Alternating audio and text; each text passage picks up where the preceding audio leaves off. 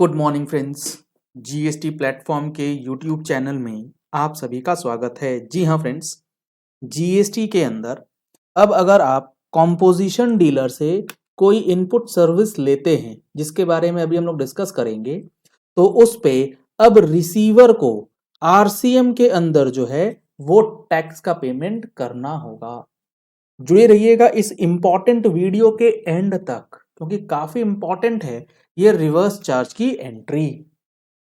यहां पर है एंट्री नंबर 15, जिसमें 3 कॉलम दिए गए। पहला कॉलम है कैटेगरी ऑफ सर्विस, कौन सी सर्विस जो है वो दी गई।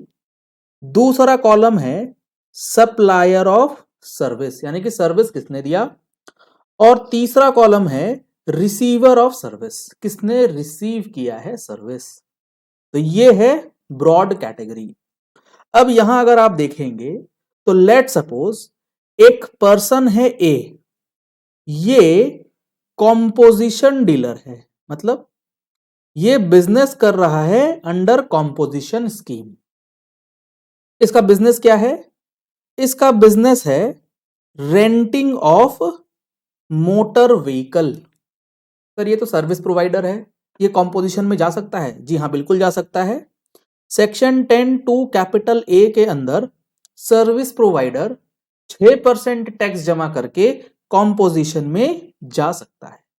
इसने 6% वाले कॉम्पोजिशन को ऑप्ट किया है और रेंटिंग ऑफ मोटर व्हीकल का काम करता है।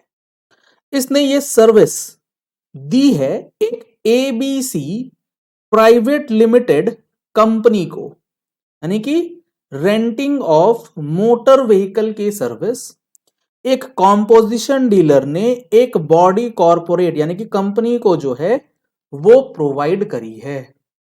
तो इस सिचुएशन में जो ये एबीसी प्राइवेट लिमिटेड है, क्या इसे आरसीएम के अंदर ये जो सर्विस प्रोवाइड किया गया है इस पे टैक्स की लायबिलिटी आएगी या नहीं आएगी? अब देखिए यहां पर जो ये कैटेगरी ऑफ सर्विस है, ये कहता है services provided by way of renting of any motor vehicle designed to carry passengers, यानी कि जो मोटर व्हीकल है वो किस काम के लिए आ रहा है? वो आ रहा है पैसेंजर ट्रांसपोर्टेशन के लिए। इस चीज का ध्यान रखिएगा कि यहां पर ये जो कंडीशंस है ये एग्जैक्टली मैच होनी चाहिए। Renting of motor vehicles for passenger transport अगर किया गया है और जो कॉस्ट ऑफ फ्यूल है उसके अंदर जो पेट्रोल या डीजल डलता है वो उस कंसिडरेशन में इंक्लूडेड है जो कि कॉम्पोजिशन डीलर के द्वारा रिसीव किया गया है और पेमेंट किया गया है इस कंपनी के द्वारा from the service recipient provided to a body corporate, यानी कि अगर इसने रेंटिंग का काम किया है और पैसेंजर व्हीकल जो है वो भाड़े पे दे दिया है, तो अब इस सिचुएशन में आगे क्या होगा? इस सिचुएशन में जो सप्लायर है ये कॉम्पोजिशन डीलर क्यों आएगा आरसीएम के अंडर, मतलब इसकी सर्विस क्यों आएगी आरसीएम के अंडर? ये सप्लायर ने ऐसा क्या जुर्म कर दिया? सप्लायर के लिए पढ़िएगा कंडीशन क्या है। एनी पर्सन अदर देन अ बॉडी कॉर्पोरेट, यानी कि कोई भी पर्सन हो सकता है अंडर जीएसटी, बॉडी कॉर्पोरेट नहीं होना चाहिए। क्या ए बॉडी कॉर्पोरेट है? जी नहीं, मतलब पहला कंडीशन सेटिस्फाई हो गया, ये बॉडी कॉर्पोरेट नहीं है। पर्सन है? जी हाँ बिल्कुल है, individual. Who supplies the service to a body corporate। दूसरी कंडीशन, क्या इसने किसी बॉडी कॉर्पोरेट को सर्विस दी है? जी हाँ बिल्कुल दी है, एबीसी प्राइवेट लिमिटेड को सर्विस दी है इसने। And does not issue an invoice charging central tax at the rate of 6%।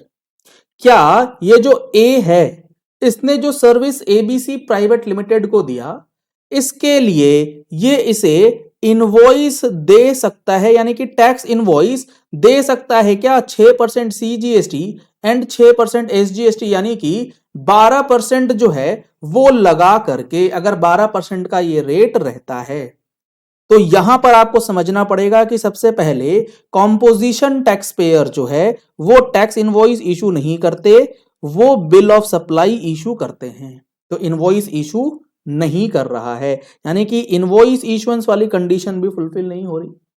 क्या 6% के ऊपर लगा करके इनवॉइस दे सकता है? जब इनवॉइस ही नहीं लगा सकता तो ये 6% वाला जो कंडीशन है वो तो ऑटोमेटिकली बाहर हो ही गया, क्योंकि ये तो देगा बिल ऑफ सप्लाई और इस बिल ऑफ सप्लाई पे भी ये जो 6% लेना है वो भी चार्ज नहीं कर सकता, ये भी इसे आउट ऑफ पॉकेट देना पड़ता है। तो मतलब ये हुआ कि सप्लायर जो है कॉम्पोजिशन टैक्स पेयर वाला इस कंडीशन को फुलफिल कर रहा है। और कंपनी जो ये एबीसी प्राइवेट लिमिटेड है, क्या ये बॉडी कॉर्पोरेट है? जी हां, ये बॉडी कॉर्पोरेट है। तो इस तरीके से जब आप इसे देखेंगे तो ये क्लियर हो जाएगा कि ऐसे सर्विसेज के ऊपर जो एक कॉम्पोजिशन टैक्स पेयर ने दिया है एबीसी प्राइवेट लिमिटेड को, उस पे लाइबिलिटी आ जाएगी आरसीएम की, जो ये रिसीवर है उसके ऊपर।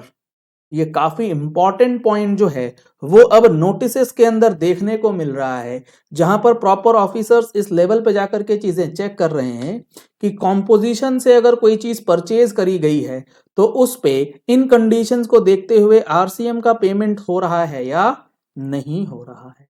लेकिन यहां पर एक ध्यान देने वाली बात यह है कि जो आपका कंसिडरेशन होगा, यानी कि ये जो सप्लायर है, जो कंपोजिशन टैक्स पेयर है, जब वो अपना बिल ऑफ सप्लाई बनाएगा और उस बिल ऑफ सप्लाई पे जब वैल्यू जो वो चार्ज करेगा सर्विस की, उसके अंदर सर्विस जो उसका हुआ वो वैल्यू, उसके बाद उसमें कॉस्ट ऑफ फ्यूल जो है वो एडेड रहना चाहिए।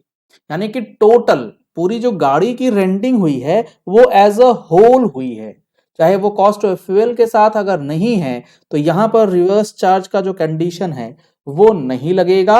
और एक चीज यहां ध्यान रखिएगा, विदाउट ड्राइवर या विथ ड्राइवर वाला जो कंडीशन है वो इस केस में देखने की जरूरत नहीं है।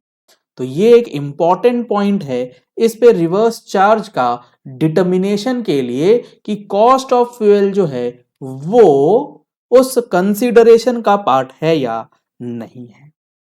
क्योंकि कॉम्पोजिशन टैक्स पेयर के अलावे जो लोग बच जाते हैं उन पे तो लोगों को ध्यान रहता है कि हाँ आरसीएम का पेमेंट बनता है, लेकिन कॉम्पोजिशन टैक्स पेयर के केस में नॉर्मल एक अजम्पशन रहती है कि आपने कॉम्पोजिशन से कोई परचेज किया है तो उस पे आपको टैक्स का पेमेंट जो है वो नहीं करना। लेकिन यहां पर इस पर्टिकुलर एंट्री नंबर 15 में ये भ्रम जो है वो टूट जाएगा। ये सारी चीजें हम लोग अपनी क्लासेस के अंदर भी डिस्कस करेंगे, जो हमारा जीएसटी प्लेटफॉर्म का जीएसटी कोर्स लॉन्च किया गया है कि किस तरीके से आप आरसीएम की एंट्रीज पढ़ेंगे। अगर आप लोगों ने अभी तक कोर्स में रजिस्ट्रेशन नहीं कराया है तो दिए गए नंबर्स पे कॉल करके, व्हाट्सएप करके कोर्स की जानकारी ले सकते हैं। साथ ही साथ हमारा जो टैक्स मैगजीन है जिसमें आपको monthly GST and income tax के अपडेट्स प्रोवाइड किए जाते हैं वो भी इस नंबर पे अवेलेबल करवा दिए जाते हैं। तो इस नंबर पे कांटेक्ट करके आप हमारे प्रोडक्ट्स की जानकारी ले सकते हैं। Thank you and have a nice day.